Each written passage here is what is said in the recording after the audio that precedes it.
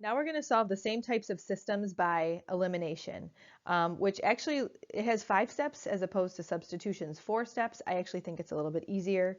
What we're trying to do is get one of our variables to have the same number with opposite signs.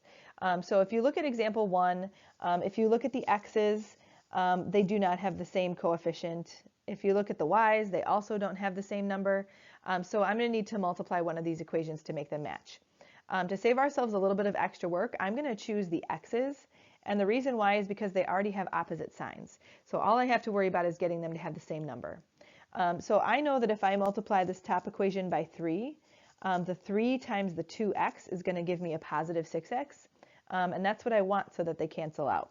So 3 times 2x is 6x, 3 times 2y is 6y, and then 3 times 22 is 66.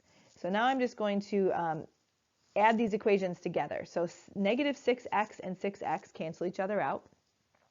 8y plus 6y is 14y. And then negative 10 plus 66 is 56. And then when I divide both sides by 14, that gives me my y coordinate, which is 4. So I know that my answer is going to be something comma 4. And in order to figure out what my x value is, we're going to take this y value of 4 and we're going to substitute it back in to one of our original equations. It doesn't matter which one. I'm going to choose to plug it back into the top equation just because it doesn't have any negatives. So I'm going to take this 4 and I'm going to plug it into the top equation where this y is. And then that's going to give me my x answer. So I'm going to do this over on the left side. So I have 2x plus 2y, but instead of y, I'm putting in what I know it's equal to, which is 4. And then that equals 22.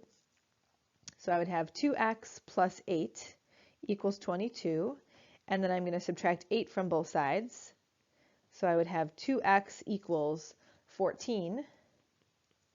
And then divide both sides by 2. And now I know that my x value is 7. So my final answer is the ordered pair 7, 4.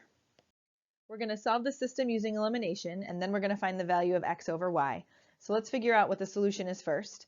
When I look at my system, I see that I don't have anything that's going to cancel out. I also notice that my x's have the same sign and my y's have the same sign.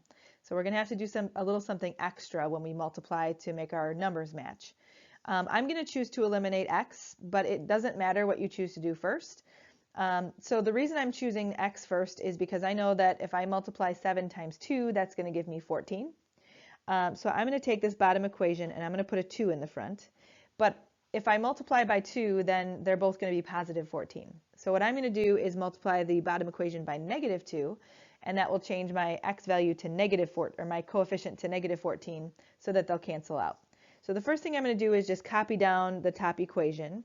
14x minus y equals negative 16. And then I'm going to rewrite my bottom equation after I multiply by negative 2. So that would be negative 14x plus 16y, and then equals 46. So now I'm going to add these two equations together. My x's cancel, which is what I wanted. And then I'm going to have 15y equals 30. And now just divide both sides by 15, and our y coordinate is 2. So I know half of my answer. Now I'm going to take that 2 and I'm going to plug it into either one of my original equations to find the x value. I'm going to choose to plug it into the top equation for no particular reason. So I'm going to say 14x minus y, which I now know is 2, equals negative 16.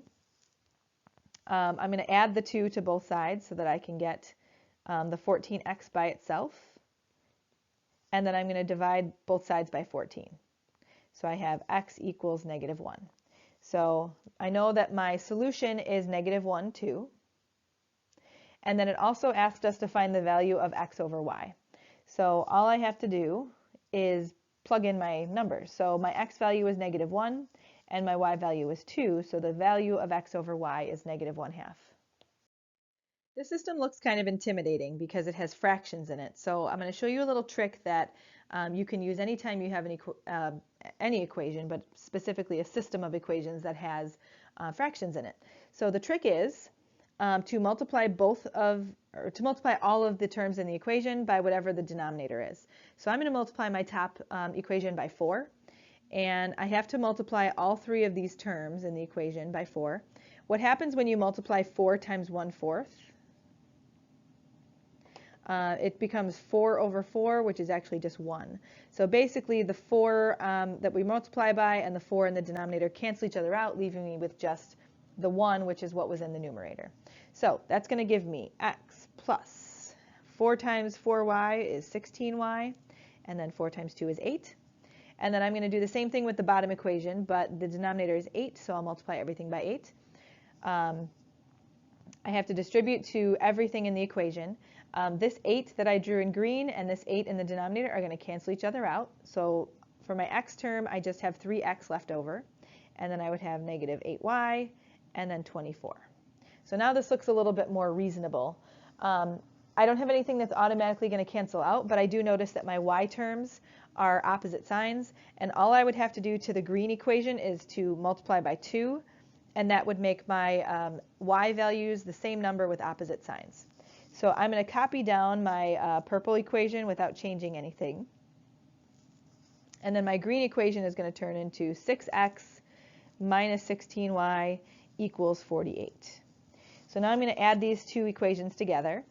X plus 6x would be 7x. And then 8 plus 48 is 56. And then I'm going to divide both sides by 7, leaving me with x equals 8. So now I know that my x coordinate of my answer is 8. The last thing we have to do is find the y coordinate. And in order to do that, we're going to take our x value and plug it into one of our equations. Now, if you really wanted to, you could plug it into one of the original equations that has fractions.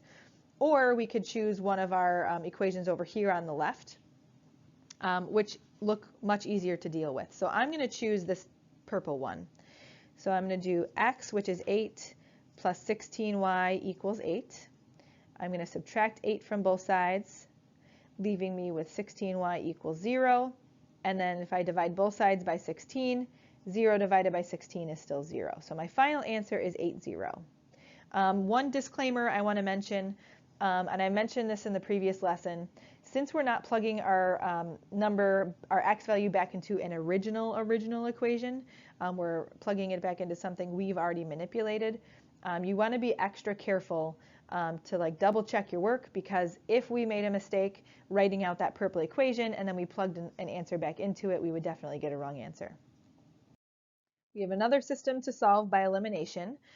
Both of my x and y have opposite signs, but nothing matches, no numbers match.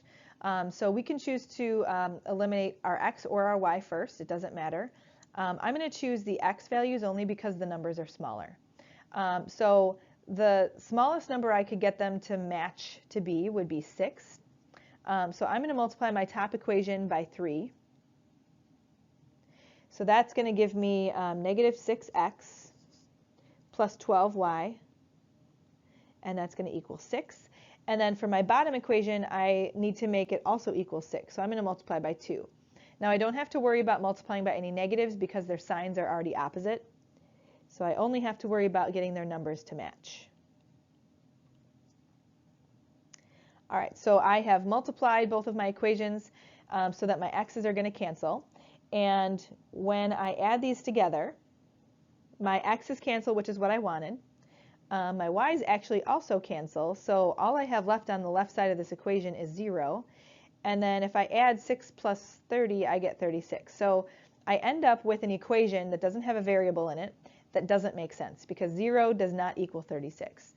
So if you recall from the previous lessons, when you end up with an equation like this that doesn't make sense, you actually have no solution.